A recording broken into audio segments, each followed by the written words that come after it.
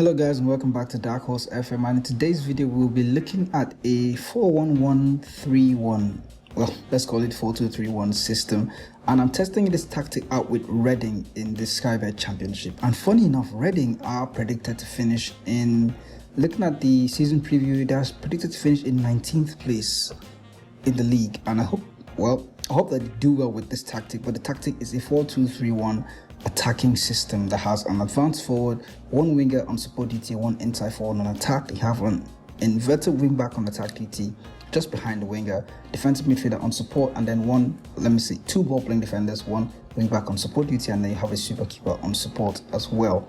For internal instructions, we'll go through the tactic in detail in case you want to go on to recreate the tactic for yourself, and we're going to look at the team instructions as well. And by the way, if you're new to the channel, remember to hit the subscribe button so you can get notified when new tactic videos do come out here on DarkHorse FM. So for the player instructions, you have a super keeper on support DT and no instructions for him. Your wing back on support is the winger on the right, or the wing back on the right hand side, and its only instructions is to cross from deeper positions. Both ball playing defenders do not have any instructions, but your inverted wing back on attack duty has only been asked to tackle harder. You have the defensive midfielder on defend duty, no instructions for him. Central midfielder on support duty, sort of acting like a box-to-box midfielder in this role, but he's a central midfielder here, no instructions for him as well. Your attacking midfielder on attack DT has been asked to take more risks and roam from positions. Your inside forward on the right hand side is playing on an attack DT, and there's no internal instructions for him as well.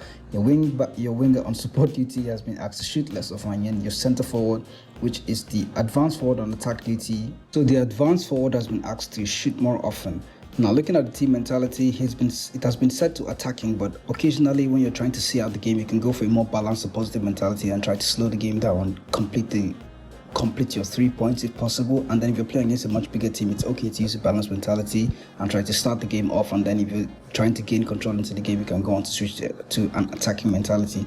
In possession, the team has been asked to play with pass into space instruction, overlap on the left and on the right hand side, and then play out the defense instruction has also been selected. Shorter passing is turned on for this tactic with a slightly higher tempo, walk the ball into the box instructions, and nothing more for in possession. When the team is out of possession, just the counter press and the counter instruction has been selected. Nothing has been chosen for the goalkeeper to do in this frame. And then looking at your out of possession instructions, the team has been asked to play with a much higher defensive line. I know it's quite risky, and even the offside trap has also been selected with the step up more instruction, and then high line of engagement and much more often trigger press, while preventing short goalkeeper distributions and getting stuck in, because you do have the numbers up front to try and prevent the goalkeeper from distributing the ball to the center backs, the fullbacks in this case. And then with this instruction all set up, the emphasis is to try to win the ball back early up the field as soon as possible and hit the opposition on a counter attack. So let's see how the Royals turned out at the end of the season. Well, 4th place, well,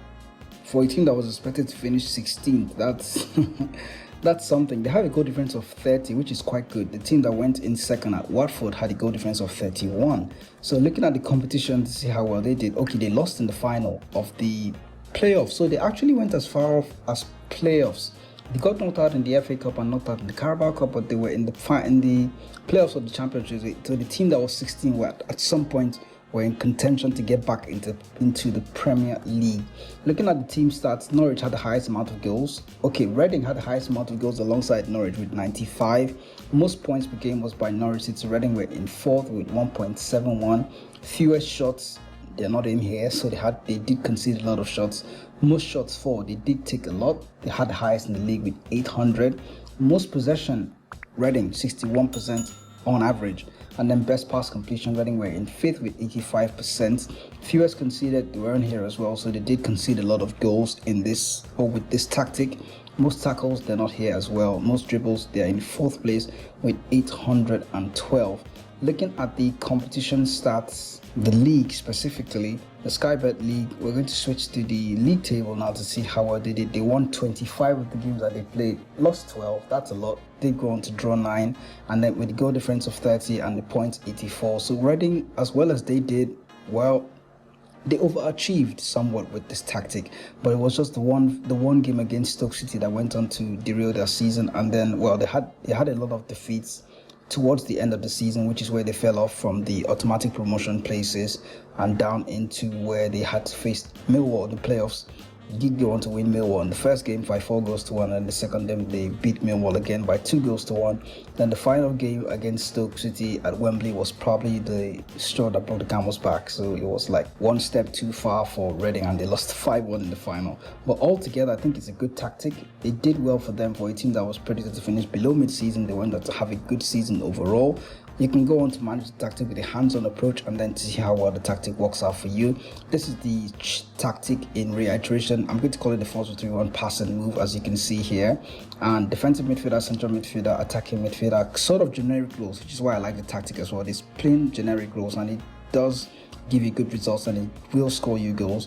With better in-game management, you're probably going to get better results with this tactic. So let me know in the comment section which teams you would go on to test out with this tactic, and how whatever tweaks and additions are going to make the tactic to try and get better results from it. But this is the tactic as it is, and I'm going to leave a link in the description down below so you can download the tactic for yourself and test it out and see how it works out for you.